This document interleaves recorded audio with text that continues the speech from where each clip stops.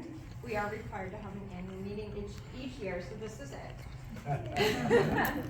Okay, so I just want to, we have some remarks. We also have a vote, we have 2 votes for everybody to participate into. I mean, it's a very exciting evening. Okay, Aurelia's Garden, Inc. was formed during the winter months of 2020. Our founding principle and goal was to grow nutritious and culturally relevant produce for food pantries, while also providing our community members an empowering opportunity to volunteer and help all of our neighbors in need. So really to provide a community-based solution to nutrition and food insecurity. We have just completed our 6th growing season, and in those 6 growing seasons, we have remained steadfastly committed to this goal above all other goals. Each year working to increase our capacity both at Patterson's Field and at Medway at Aurelia's. And from the beginning though, we have also always wanted to do more than that. We have 3 main goals that I have parsed out. One is conducting on-farm research, because growing food for food pantries is a band-aid on the systemic injustices that have led to the food and nutrition insecurity that our community faces. And our work is very, very important, but it is a band-aid on a very serious problem. One way that we can help provide more food and is producing food easier for our agricultural community, our farmers. So the research that we participate in on farm will help inform our agricultural producers and neighbors. Some of the plant breeding we're doing is to try to provide new varieties that require less time, less money, less effort for our farmers, so that they can grow food with less of a bottom line and cost to themselves, which will put more food, locally grown food into our food system. But also, it's been very important to us to try to model what we're doing as an example for other like-minded entities to follow. And so we want to model the benefits of having a volunteer-driven organization to produce food agroecologically in systems that build healthy soil, increase ecological health, and improve the nutrient content of the foods that we're growing. And finally, another initiative, a goal that we've wanted to work our way into the capacity to carry out is to deliver educational content about growing food to our food pantry clientele. And each year we have worked to increase our capacity to achieve our overarching goal, which is grow more and more food each year, and also to increase our capacity as an organization so that we can start reaching some of these other goals that we've set for ourselves. So, summary of 2025 achievements. We had 64 volunteers this year. That's huge. That's a lot. And collectively contributing 3,953 hours of work to the organization. That's both in the fields and also the administrative work that it takes to do the planning, to do the accounting, to do all of the additional work that it takes to actually run an organization. Our harvest, we harvested 10,057 pounds. Collectively, both of our sites have really switched towards growing more nutrient-dense foods such as leafy greens. And so our harvest weights are not necessarily super high, but that amounts to 73,422 servings of produce that we've provided for our 5 different food pantry partners. And that data was calculated based on serving sizes for the various products we grow based on the USDA, the FDA, Tufts MyPlate, American Diabetes Association. So looking at the recommended daily serving size for everything from a jalapeno pepper to butternut squash. This year we also were able to finally pilot a seed Home Care Workshop. And this workshop was presented at La Collaborativa. We have a beautiful blog on our website. Thank you, Nancy, and thank you, Kathy, for getting it posted. We pulled off a couple of community tabling events, which requires quite a bit of effort. So trying to do some of that outreach and telling people about our work, beginning to look at ways where we can show people about the work we're doing and become that model that we want to do. And we also hired our first ever employee this year, and I'm so sad that Jen was not able to be here tonight. They did text me a few minutes ago to say that they are not feeling well, and I understand the bug is going around. But our commitment to growing food has led us to the realization that having someone, having an employee to really help manage volunteers, take some of the weight off of the rest of our shoulders, has been really, really important. And our core values in hiring a person to help us has been to provide this person with a livable wage for Worcester County. So a lot of farm labor is paying $17, $18 an hour, and we want to model what we would like to see our agricultural community eventually be able to do. And so we did. We put that in our goals last year. We raised the money. We had a very successful fundraising season last year, and we brought Jen on in April. So I have, I was also supposed to pass these out to everyone. So we take one and pass it around. So I want to express some gratitude for really everyone that's here, whether you've helped at the field or helped the people who are helping at the field. Everyone here is contributing to what we're doing. And but specifically, I want to say thank you to the leadership at our Medway site, Mary, Sally. Vicki was not able to be here tonight, but you guys are on year 3 working together to run that site. Mary's been at that site since the very first day in early April 2020. And really rolling up their sleeves to analyze what are the things that we need to do to change the site, to shore up the site, to help make the effort that they're putting in be fruitful in the produce that they're able to deliver to food pantries. Done an amazing job. And Mary is an example to me about being organized and having spreadsheets and planning documents. And I really thank you for, that was very helpful for me to be like, you know what, I need to do this too. And so thank you. Mike Patterson, who continues to support our mission and allow us to farm on his land in Wayland. And also MCF, who continues to allow us the space to farm at their site in Medway.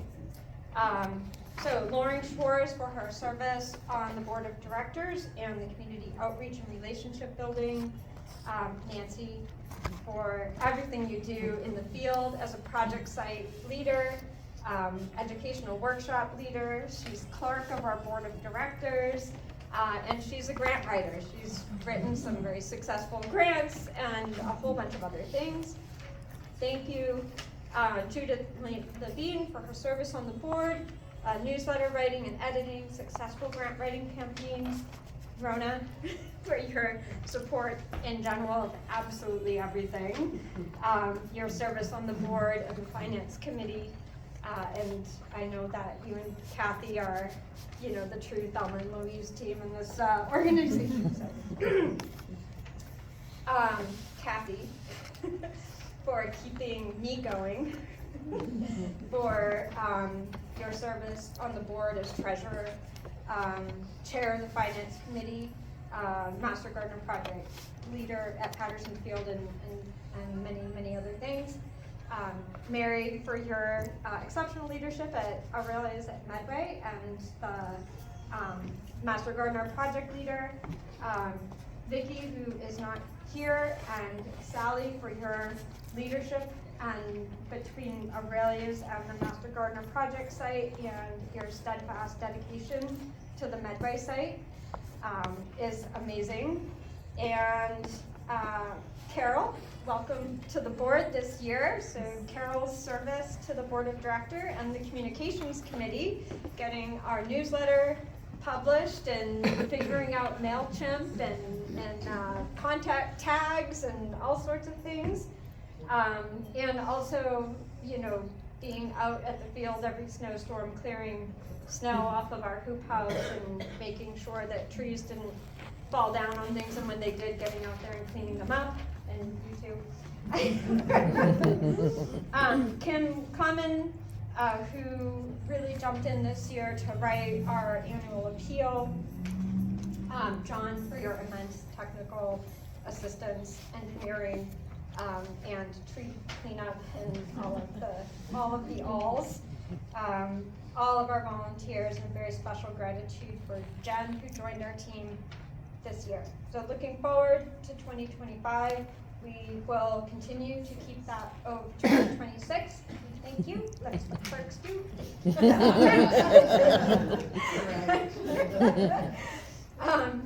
So let me put my glasses on. Oh, yeah, okay. So keeping our overarching goal, as always, trying to figure out how we can do a better job to grow more food. And to that end, we have a lot of things that we're putting in place. We're raising money this year to give Jen additional time for season extension and to help us grow seedlings in a greenhouse. We look forward to delivering seedling workshops for all of our food pantry partners and providing all the seedlings for that. Continue our efforts to build healthy soils, continue our research efforts, and this is hot off the presses, but working with the Minuteman Vocational Technical High School's horticulture program, who are interested in bringing their students to the farm, learning about our ecology initiative, helping us get some of these plantings in the ground for native plant habitat restoration. And you know, we have a lot of changes this year, and over the winter, I hope that at our general operating meetings, we'll be able to do a little more strategic and operational planning together to really take a look at what the next 3 to 5 years looks like. And as always, grow more food. So we do have a very quick business portion of the meeting. So just noting for the record that for board members present, we have Kathy Martin, we have Lauren Bartner, we have Carol Hull, we have Nancy Kahn, we have Hannah Travis. Did I miss anyone? I'm not wearing my glasses. Okay, so those are the board members present. None of the board members are up for re-election this year, but we do need to elect our slate of officers each year. And our current slate of officers would be Clerk Nancy Kahn, Treasurer Catherine Martin, and President Hannah Travis. So I need someone else to ask if they could open the vote. So moved? Yes, yes. So moved. So moved, okay. So, and then take it, Teresa. I need someone to second it. Oh, so someone second it. Second. Okay. All in favor? Aye. Okay, thank you. So let it be noted that we did approve the slate of officers for the coming year. And next we have Kathy Martin, who's going to give a quick budget and finance report, and then we will vote on our budget for the year. Okay. This takes more than 3 minutes. Start yelling. Income for the year was 46. I'm rounding numbers. 46,250 in kind. We had 338,900. So our total was 85.7, and so we get about 45% of our income is in-kind donations. Our fixed assets are currently valued at about $2,800, which is our shed. Our expenses this year were $30,200. Our in-kind expenses, which is the same as our income, 38,900. So our total expenses were 69,140. Agricultural total was 28,020 without in-kind. Without in-kind. With in-kind, that's 58. I'm sorry, it's difficult. The way it is when we have so much donated to us, which we are very pleased that we have. When we look at the total income that went directly to, percent of our total income that went directly to agricultural costs, it's 89%, which is a little bit hard to say because we have so much coming in as in kind that is very hard to quantify. But we're really getting a lot of value out of what comes in. Our main agricultural categories were 12,006 to field workers, 2,450 to raising and transporting seedlings, 1,350 to mulching, to hay mulch, and transport. Those were our three top categories. Financial costs, 2,700, mostly software accounting and software subscriptions. General and administration, 600, mostly insurance, which was 1,103.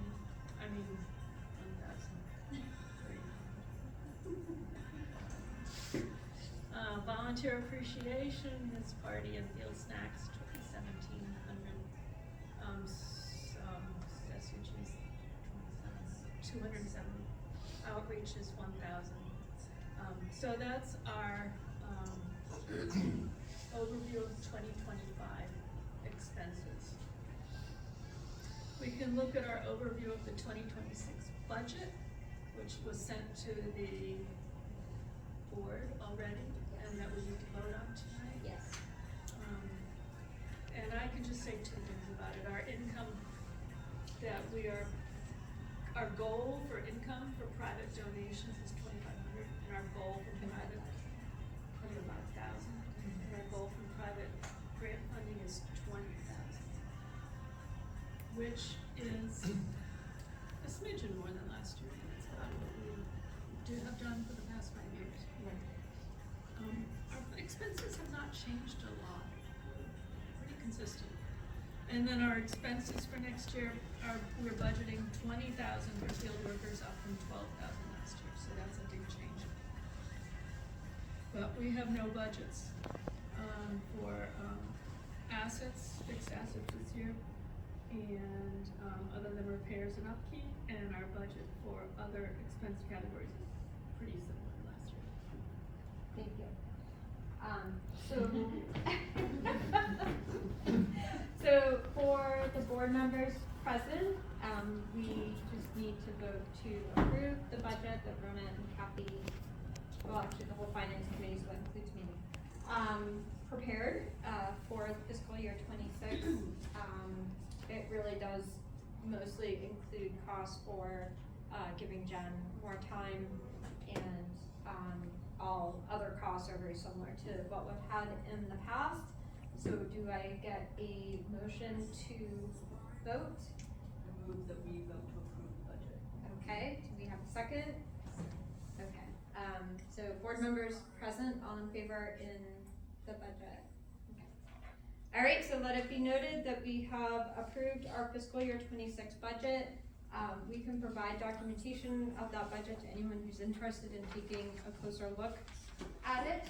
And with that, let's make some wreaths, and I thank you all for attending our volunteer appreciation event and our annual meeting.